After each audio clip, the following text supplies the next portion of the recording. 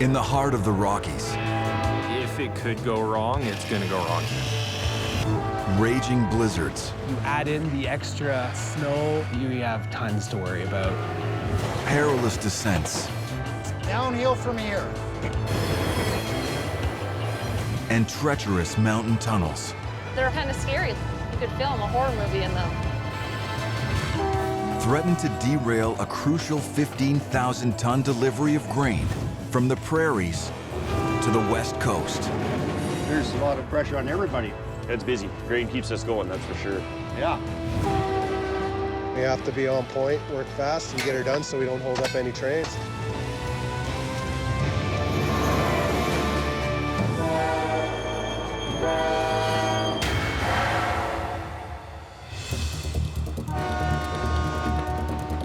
That's just a ton of snow.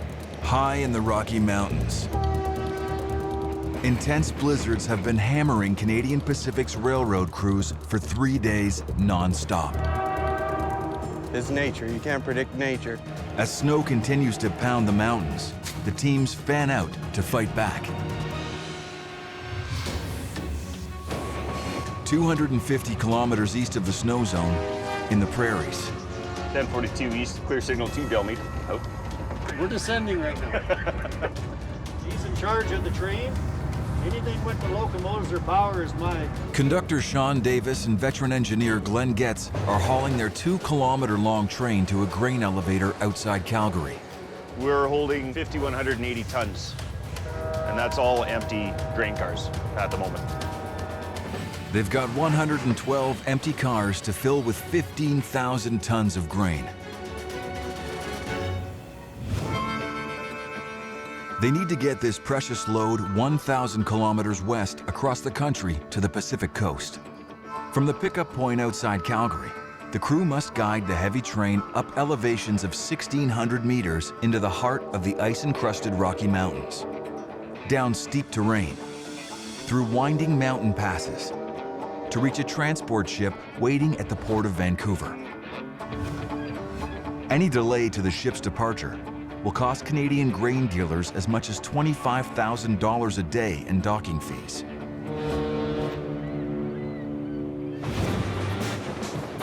There's a lot of pressure on everybody.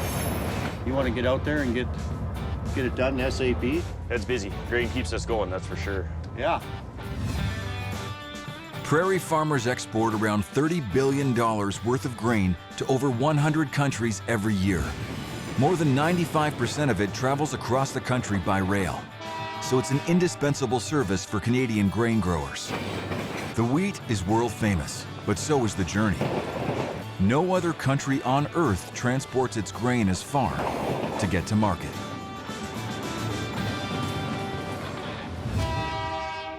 We're about 1.5 miles away. You can see the grain elevator on the left there. That's where we're going to be stopping.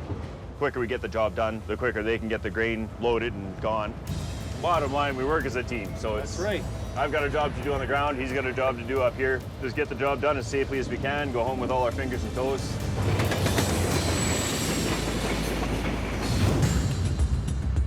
West of the Rockies, high in the Selkirk Mountains, more than 2 feet of snow fell on the tracks last night, right where the grain train is headed. Derek Moore and his 25-year-old apprentice, Brett Fair, have been called in to blast the snow off the tracks. All right, proceeding through yo-ho. Their 260 horsepower snow fighter is equipped with 3 blades to push the snow and ice 5 meters away from the tracks. I love operating machinery, and getting to do it on track is just a bonus. It's a challenge. Steep grades, tight corners. You add in the extra snow, you have tons to worry about. I'm from Ontario, came out here in 2008, and I wouldn't change anything. I love the mountains. My stepfather was a railroader for 35 years, and he's the one that got me on. I still have my toy CP train set from when I was a kid. Learning the job is a lot harder than learning the machine. Learning how to move snow, what to do with it, and how to get it where you want it to go is way harder than just pushing a control and moving it forward and backward. What kid can't say no to driving a yellow Tonka truck all the time? It's the most fun I've ever had.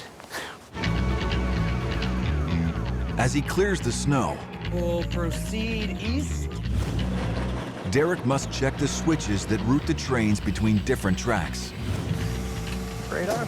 We're gonna go out and make sure this switch is looking good. You just want to make sure you're clear of any obstruction. Let's just try to open it. Are you kidding me? A heavy coating of ice has locked it up.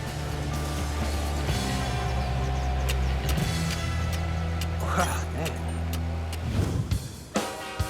East in the prairies, Hey, C48, you can pull her head. it's go time for Sean and Glenn. One more. They have just 2 hours to set up their train. Obviously, you don't want this stuff sitting around because if you're not moving, you're not making money. About 10 more to a stop. Hey, stop it. C48, 5 to go.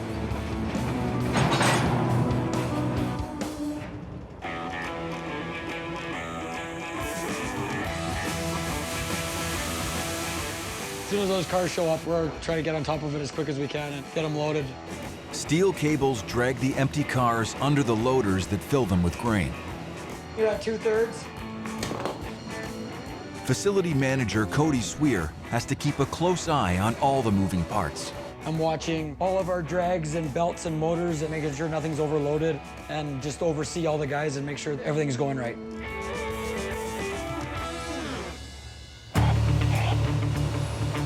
If we take a bit too long here, then it's going to take longer elsewhere, and it's just kind of dominoes.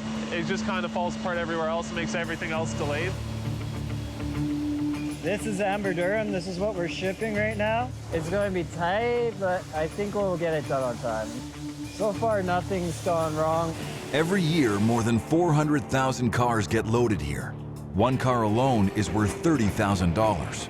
I've probably done 25 on my track, and he's probably done about the same, almost halfway. Ready to go on one.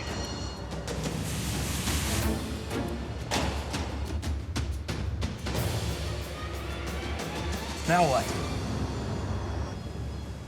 Hey, Michael. Go ahead. Can you see if Brian's track's got a leaker there or no? Cody spots grain on the track. One of the cars is leaking. Hopefully Michael can get down there in a hurry because we're falling a little bit behind and we need to get going here. We really have no idea which car it is, so we're right on top of it. A leak can be pretty bad because it's going all the way back to the coast, so we could lose an entire car. And there's a lot of money in these cars.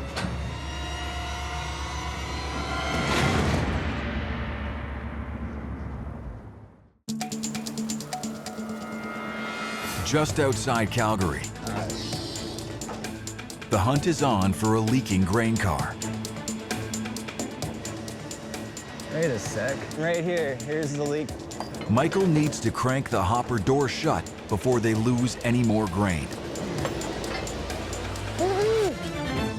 We check the bottoms to make sure that all the cars are closed, but sometimes it's just a little sliver that we can't see or that we miss. It's a small leak, but if we didn't catch it or find it, that hopper, that car would have been empty by the time it got to Vancouver. 9 more cars to go. Oh, you're done, Brian. Finally, all 112 cars are filled with $4 million worth of grain and heading west. We're done here. A new crew begins the long haul to Vancouver. For 15,000 tons of grain. It rests on the shoulders of veteran engineer Rob Panos and 29-year-old rookie conductor Kerry Illick to make the ascent into the Rockies.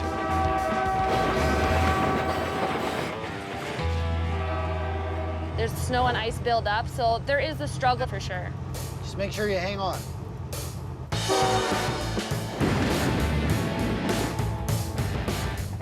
I'm the engineer. I've been here for 35 years now.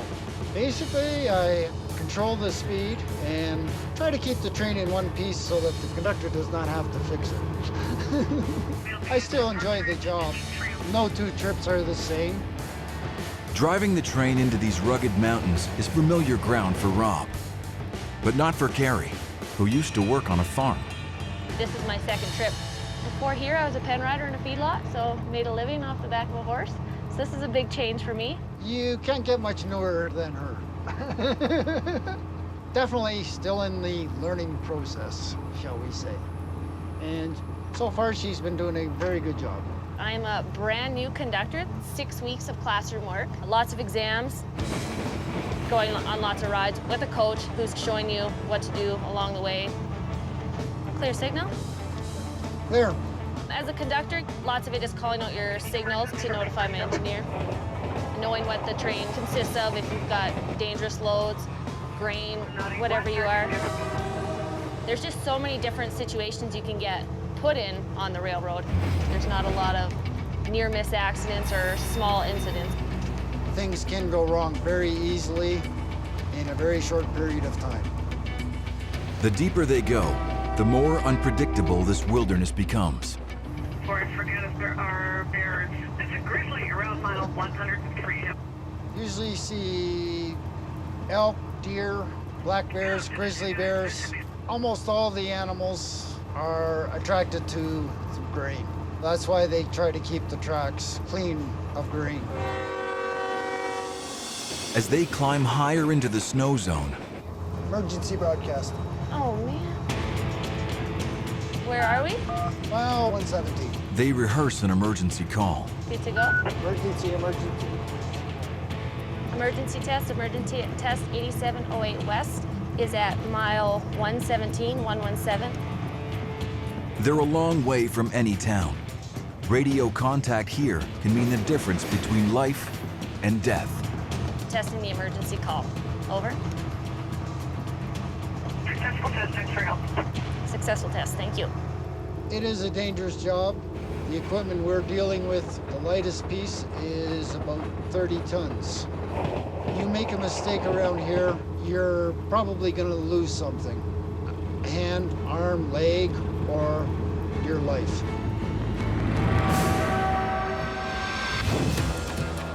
Deeper into the mountains, snow fighters Derek and Brett are still struggling to free a frozen switch. What a switch does, it just moves a point over to allow us to enter a siding track or continue straight on a main track. Let's just try to open it.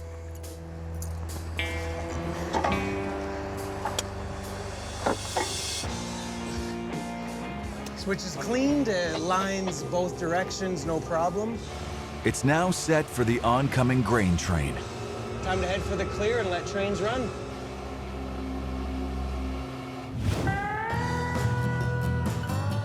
"2,500 kilometers east on the edge of the Arctic wilderness, the Ontario Northland Railroad is a crucial lifeline for people who live in the far north. Take it.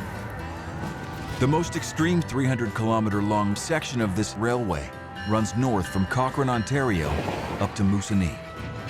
Couple yet, clear. If the coal's not for you, you can't be a conductor. So you're outside half the time. You work at all the elements.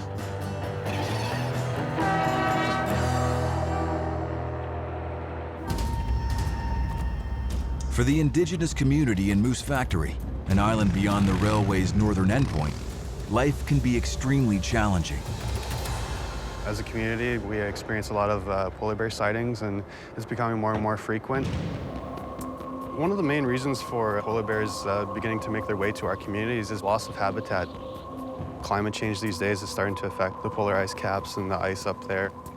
There's nowhere else for them to go other than south, which is where we are, unfortunately. In the past year, we had an instance where the polar bear actually made its way into the community, so we had to put it down. We're kind of at the point where we have to take some action. Just calling the bears over so we can give them their afternoon meal. 300 kilometers south in Cochrane, biologist Dylan McCart works at a unique polar bear sanctuary. Good boy. It helps communities deal humanely with polar bear encounters. It's important to be able to live trap and relocate the bears. A better alternative than actually having to kill them. The sanctuary has designed a special trap to help the residents of Moose Factory. It will gently catch bears so they can be transported and released back into the wild. Do you want to go inside and hook that up? A bucket of bait is connected to a series of pulleys and cables. The bait that we would be using would normally be sealed meat, and that will bring the bears right into the trap. So Sydney's going to be our bear today. Pull on the bucket, it's going to trigger the door is going to slam.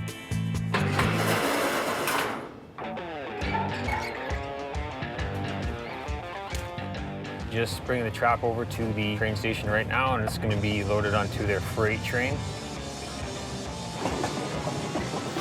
We're switching out the head end of the freight to go to Moosonee. From Cochrane, the rail crew will transport the trap 300 kilometers north, across the frozen Moose River and vast tracts of wilderness to reach the end of the line in Moosonee. From there, a helicopter pilot will airlift the trap across the icy James Bay estuary and deliver it to the island of Moose Factory. This will be the stuff that'll be on the head end. We'll get the guys to roll ahead. We're probably gonna roll it in backwards. Okay, sounds good. Be the safest method. Yeah. How is it on that side? Good? Yep, swing it up. Right up against the wall will be best. A little more. Good. Right there. All of life's essentials join the trap on board. Snowmobiles, outboard motors, fruits and vegetables, all kinds of products. We get it shipped out on the freight train. The train heads north. The trap can't arrive soon enough for Moose Factory's residents. Polar bears are apex predators. They're not afraid of anything. We have a lot of elders in the community, a lot of children. It's very unsafe for our community members.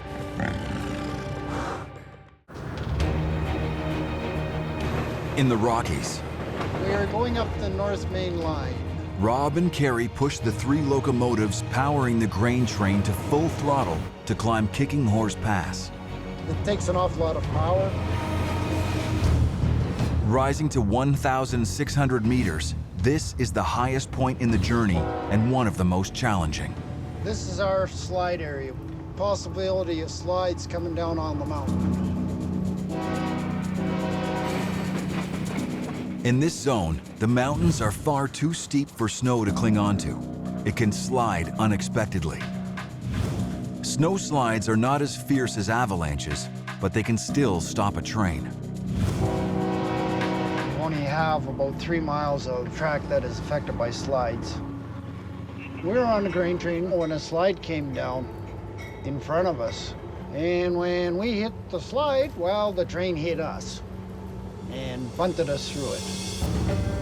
To stop snow slides from burying the tracks, the line's pioneering engineers built a series of protective covers for the rails called snow sheds. To make them strong, they interlocked heavy timber logs tight against the mountainside to create a sturdy retaining wall.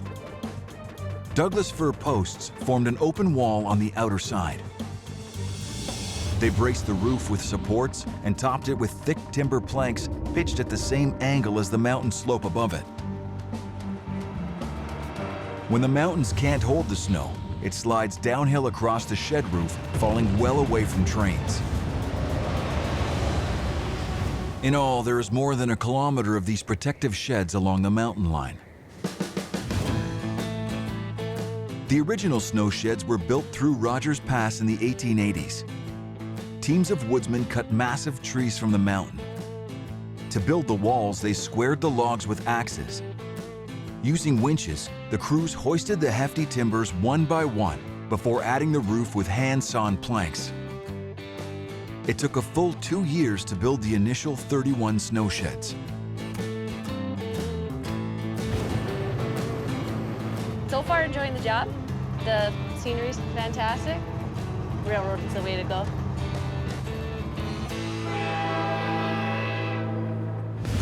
2,500 kilometers east. 419, the ON1804 north and ready to copy. Ontario Northland Railway conductor Phil Selman and engineer Jeff Glinsky are running the train carrying the polar bear trap out of Cochrane. That's actually the first time I brought a polar bear trap up to Machina. Quite the news last year when the polar bear was seen. We were in the bunkhouse sleeping during the day, and when they shot the one, it was only a couple miles from where we're sleeping, so it's not a very nice thought. They're hunters, they're looking for meat. I'm First Station. My mother was a Cree. I knew I was going to be a railroader when I was little because my uncle was actually the track supervisor for here. So right after high school, I started here. They slow the train to a crawl as they approach the Moose River Bridge. If it means slowing down to 10 or 15 mile an hour, we will. It's under repair, so they have to creep across. The objective is to try and get the product into the customer. We get it to Moose Knee, they have arrangements for it to go further, so we really don't want to delay it if we can. The ice over here is starting to build up a little bit. Just shows you the strength of nature. 419, 419, entering cautionary limits, Moose Knee. That was a ship spot already there. Yeah. Deep in BC's Selkirk Mountains, the snowplow crews are now clearing the track around Golden. As the roadmaster along this stretch of track, 33-year-old Nick Byer has his hands full. The joys of traveling in reverse. While plows blast the snow, CV4 and Tristan Water, Roadmaster Nick Byer on 13, over. Nick gathers his team to make a crucial repair. We have a rail to change today based on a defect that was found at mile 79.8 on the Connaught track. It's needing immediate replacement so that it's not gonna break on us or possibly derail a train. Quite honestly, I'm a pretty junior guy in the position that I'm in. I became roadmaster just this past fall. I've had a lot of faith placed in me, so I hope I'm up to it. The area that I'm the roadmaster for definitely does present the most challenges in the territory. We have a lot of very steep terrain running through some of the most scenic but nasty parts of the country where we get cold temperatures, which the track itself doesn't like. If it could go wrong, it's going to go wrong here. We're gonna get just over an hour to do this job before the train's gonna be on top of us. We go late, that train gets stopped, and we're in a lot of trouble. It's gonna be a bit of a mad scramble. Hey Tristan, where do you want me to stop? Hey Nick, we gotta proceed west there. I think we passed, right? Okay, we overshot, heading back west. Just gonna creep and hopefully she sticks out at it. Gotta love winter. We are proceeding to mile 79.93 on the Connaught track. We're having a hard time locating the defect that they found. Unfortunately, it's buried under snow, so we're kind of hunting a needle in a haystack as it is. The defect is an internal weakness in the rail. With only a rough guide that it's at mile 79.93, Come on. the crew begins a ground search. Of course, it won't be in an open spot. And it's all buried under ice. 79.93 should be like right in here. This is a high stress situation for us.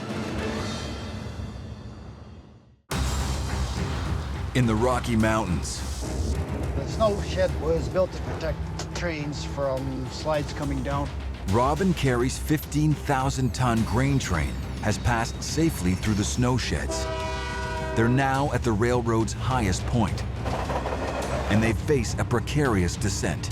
You have to control the speed more. That's the most important part.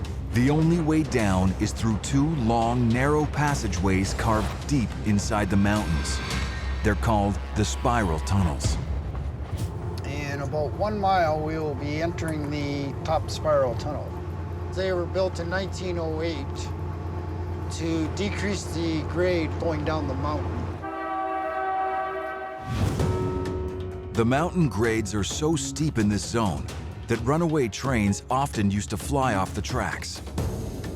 So engineers drilled and blasted two looping tunnels right through Cathedral Mountain and Mount Ogden. They reduced the incline by half using a corkscrew ramp for the trains. It took more than 1,000 workers 2 years to punch 2,000 meters of tunnel through the solid limestone.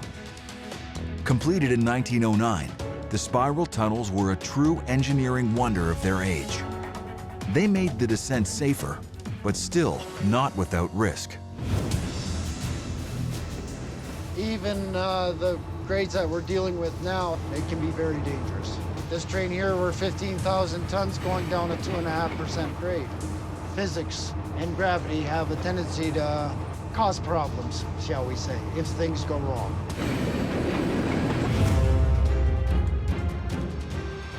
Guiding the 2-kilometer-long train through the spiral tunnels will be no simple task for Rob. He must slow the train down to 30 kilometers an hour to guide it round the first spiral loop that drops 17 meters as it curves down. Along a switchback route, it descends even further before entering the second tunnel. The line drops another 15 meters on the curved track, then doubles back on itself once again as it rolls down into the valley. Each of the train's 448 wheels will be pushing outwards with 4 tons of force as it makes this corkscrew descent.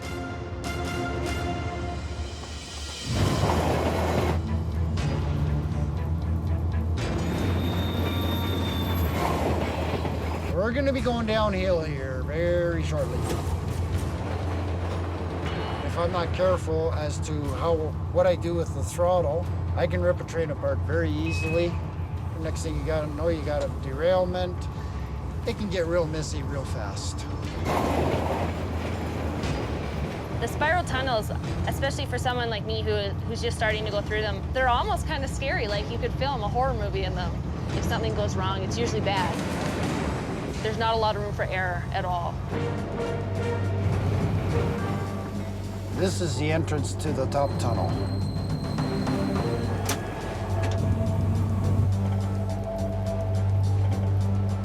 Here we go.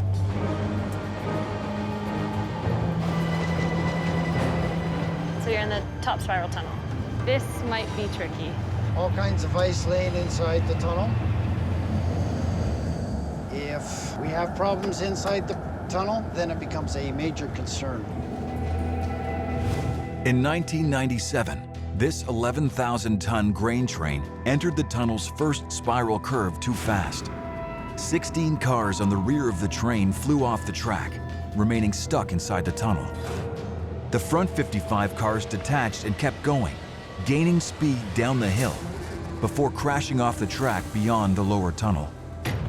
The crew of 3 escaped unhurt, but 800 meters of track got badly mangled.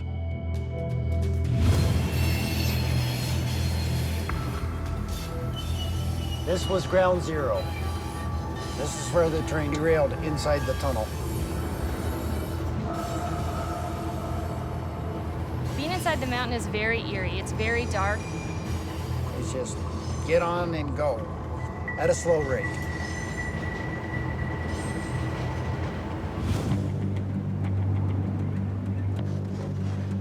How deep's this snow? I have no idea. West of the spiral tunnels, If we have to, we can clear here. Brutal.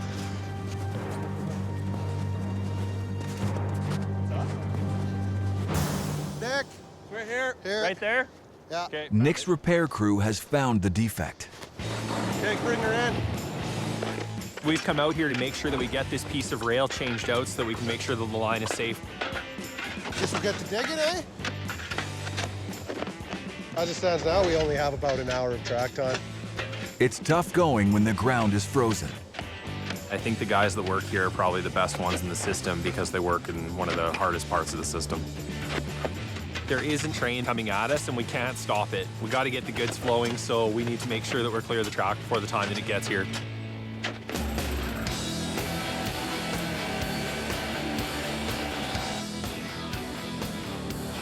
Are you between the crib? Yeah. Wicked. What do you got? 18.6. Okay. How long is that rail? 25 feet. Do 25 feet. That's what I was thinking. Let's do 25. See that then? And then Jimmy Boy only has to make 2 cuts instead of 3. At a minimum, we have to replace 18 feet. In this particular respect, we want to do 25 because the rail we have is 25 feet, so we don't have to crop it. We save ourselves a cut. Coming down, Jimmy.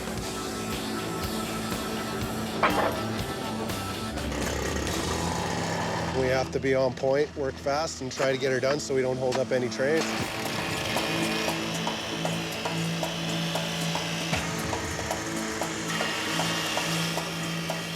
If we're not done, that train has to stop. If that train has to stop, goods aren't getting to the terminals on time. We just can't have that. It's not acceptable.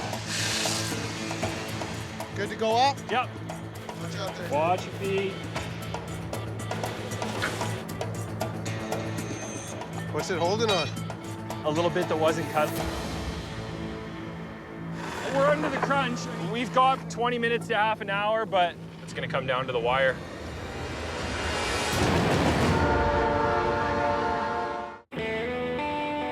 In the snowbound woods of northern Ontario, We're about 10 miles out of Machina. Phil and Jeff pilot their train carrying the polar bear trap over the last frozen river and into Moosonee. We delivered the polar bear trap. The job's done for another day, unless they need more. That'll do.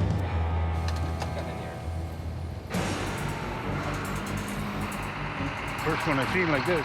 Now it's the job of yard supervisor Steve Ludit to unload the polar bear trap. But as the forklift moves to lift it,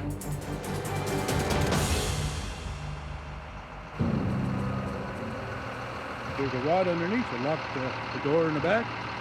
If we pick it up as it is, we'll bend it.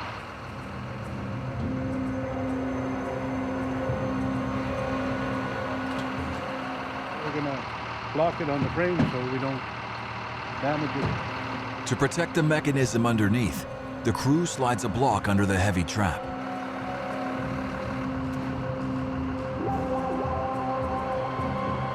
Success.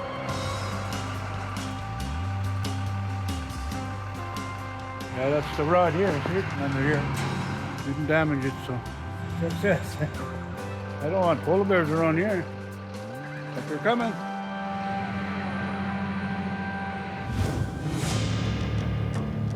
High in the Rocky Mountains,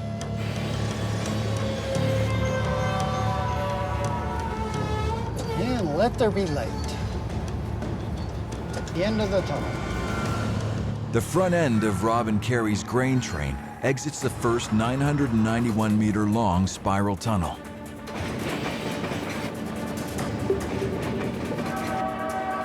One down, one to go. We're coming up to the entrance to the bottom spiral tunnel. The bottom tunnel is basically half of a figure eight. You go in and you come out right underneath yourself. For a train as long as Rob and Carrie's, they'll see the tail end of their train still going into the 891-meter-long tunnel as their front cab exits. If you look straight down, you'll see a track coming out of the mountain. That's where we're coming out of. Once inside the second spiral tunnel, Rob must slowly guide the 15,000-ton train around a curved ramp that drops 15 meters. The tight curve of the track will put intense pressure on the train's wheels against the rails. Then he faces one final hurdle, a straight but steeper stretch of track that leads down into the Kicking Horse River Valley, known as the Field Hill. This handle here is the automatic brake. It sets up every car on the train except for the locomotives. On trains this big, automatic air brakes limit the speed of every car. It will be set until we get to the bottom. That's when this brake will be released. The bottom tunnel, amazing engineering feat in 1908.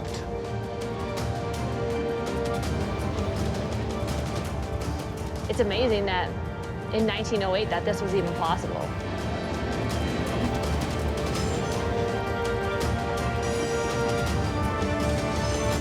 So glad we're through that. 8708 west, clear signal to Cathedral East. Oh, You can see our train up there, right above us. About 4,000 feet back into our train is where those cars are.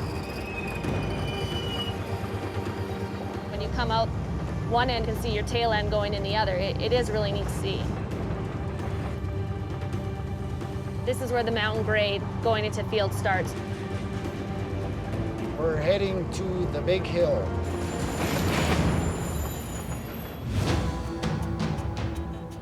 You try more? That's it. There is a little bit that wasn't cut all the way through. That's holding, isn't it? Just ahead of Rob and Carrie's train, Tight. It's always tight. Nick's crew is fighting the clock to swap out a defective rail. You try and knock that spike under the rail while Keith lifts up on it. Come on, you. Perfect. Give her a little bop on that end. Good. That's it. That's good. Nothing beats a sledgehammer to solve this kind of problem. Okay, that's good for now. Let's get this new one in.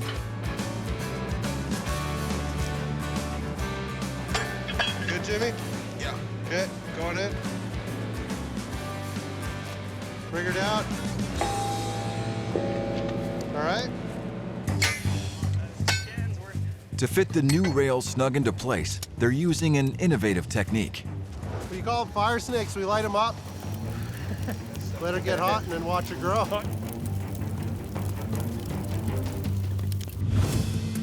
The crew has to cut the new rail a few centimeters short of the gap that it needs to fill.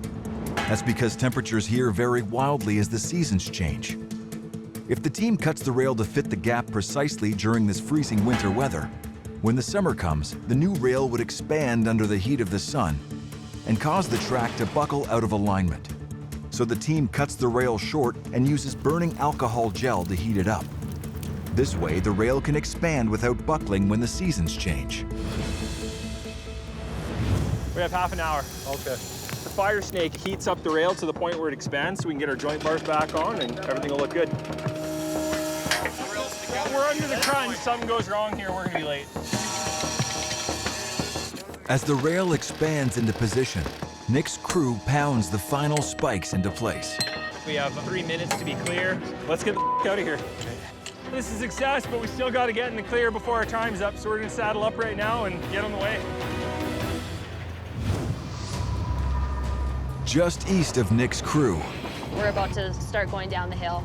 Rob and Carrie's next challenge is the tricky descent down Field Hill into the valley below.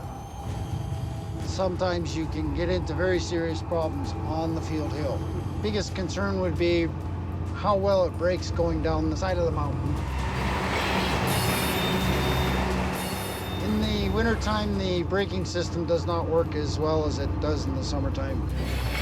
Freezing temperatures can cause parts of the train's braking system to contract, reducing braking efficiency. Right now, I'm just conditioning the brakes, getting them ready to go down the hill.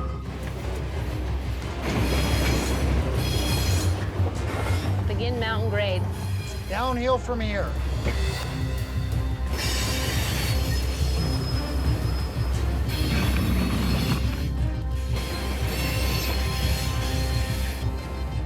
Most of the hill would be 15 miles per hour. Depending on the size of train. As for the subdivision itself, max speed would be 45 miles per hour? 50. 50 miles per hour. I'm not an engineer yet, as you can tell. I've got probably the second fastest speed down this field hill. The only one that beat me was the train that derailed. This train's not gonna lose that fight. 35 years experience gives Rob an innate feel for how far he can push his train. You gotta be cautious. That's where the other half of the train went over the side of the mountain. Where it went over the edge. Is it named after the conductor or the engineer? Named after the conductor. It's now known as Gilbert's Gulch. You don't want to have an accident on the railway because they'll name it after you. Well, that's a fair statement. Definitely is. We are arriving in beautiful downtown field. Every time I come on a train, the engineers have so much knowledge about the subdivision they work on, and they have their own way of getting their train down the hill safely. It's actually quite amazing.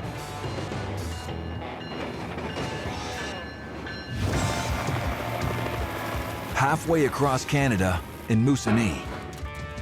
Easy. There's wires on this side here. Make sure it doesn't catch onto this, I'll break it off. Helicopter pilot Chris Eden is hooking up the polar bear trap so he can airlift it to the island of Moose Factory. The only way to get it across, unless if you wait until the river thaws out, then they get the barge in. and I can bring it over by barge.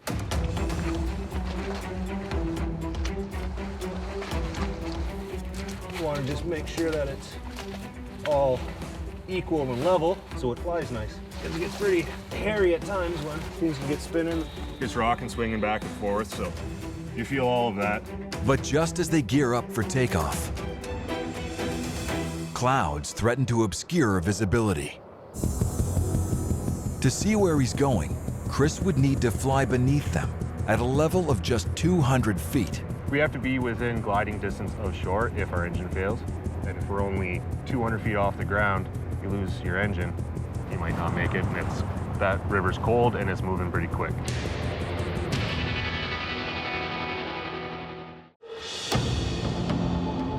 At the helipad in Machina, wait and see what happens.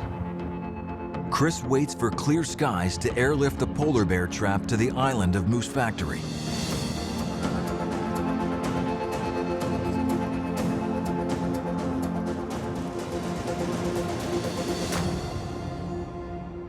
Right now it's looking better.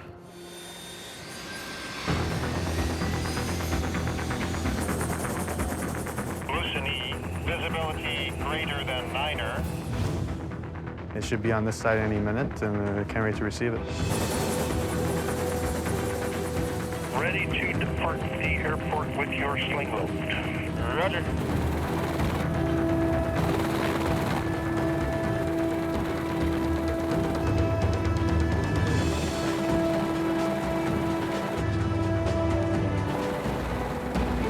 Simmons, Oscar Delta India is off expedition. Chris needs to keep the load steady. If it spins out of control over the icy river, it could bring the helicopter down.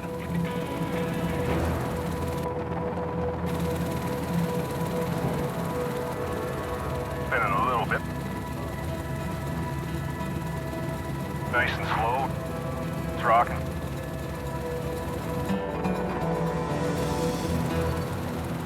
Hey, Moose Factory, I'm on my way with the load.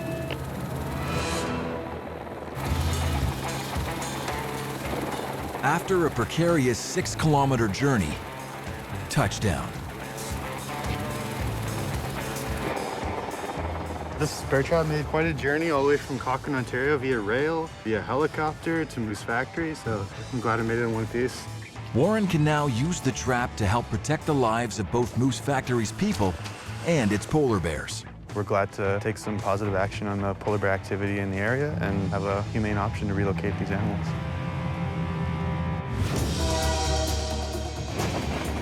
3,000 kilometers west, The scenery is very good out here. Rob and Carrie are through the Rocky Mountains and across Nick's new track.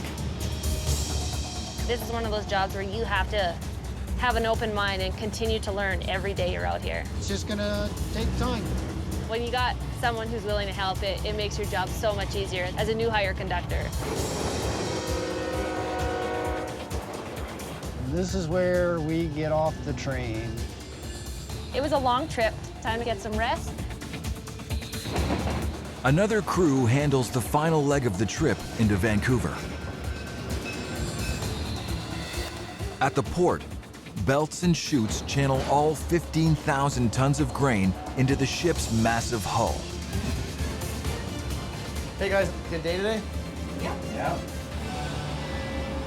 The grain can't sit idle in one spot or one tank for very long. We got to keep the process moving. We used to open these cars up manually.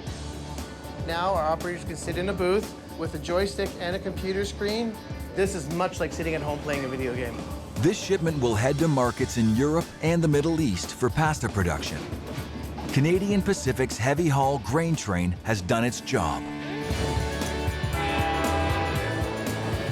Safely transporting its precious load through tunnels from hell and ice-encrusted mountains to put food on tables across the world.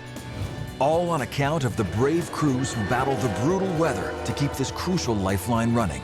In the winter months on the mountains, the biggest challenges we have are winter itself, where you may have avalanches one day and then be fighting with an overnight snowfall of 6 feet the next.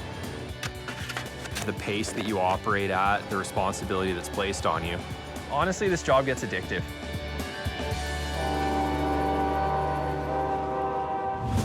Next time, this isn't good.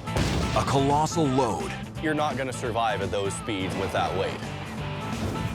and creaking bridges If you're afraid of heights, this is not the job for you. push the crew over the edge. Start telling me, okay? I'm sick of this.